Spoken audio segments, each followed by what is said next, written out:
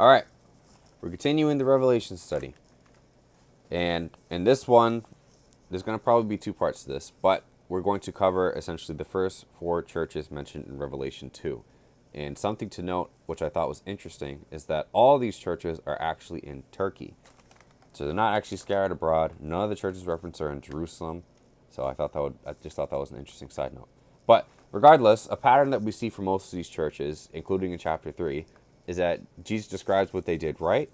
He tells you what they did wrong, their punishment, and what they'll be rewarded essentially if they overcome, the circumstances he described. So the first church he talks about is Ephesus, and this is believed to be the same church established by Paul. And he tells you what they did right and wrong.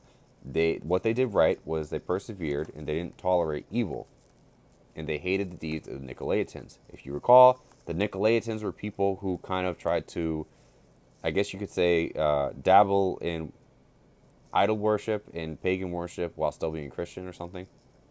So they didn't tolerate them. But the problem was they had lost their first love. So the question is, at least so that we know we're not involved in that, is what is their first love? It's believed that this is referring to the love of God, or love for God's people, or love to do the things that pleases God.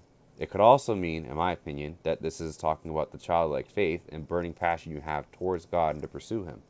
This one, at least for me, kind of hit home a little bit because I know that I've studied a lot of theology, and my burning passion for to carry out God's work, so to speak, has, I would say, dimmed a bit in more recent years, or even towards God's people. You get a bit jaded as you continue going through this walk, but the whole point is you have to return, you have to restore that first love. Because if you don't, the punishment is that Jesus says He'll remove their lampstand.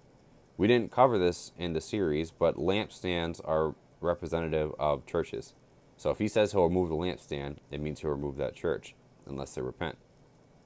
But then He tells them about a reward. So if they overcome this, if you return to your first love, you'll eat from the tree of life, which is in the midst of paradise. Also quite interesting. If the tree of life was in the garden, and He's saying you'll eat of the tree of life, which is in paradise, does that mean that the tree is in paradise now? Interesting food for thought, but that's all for this video.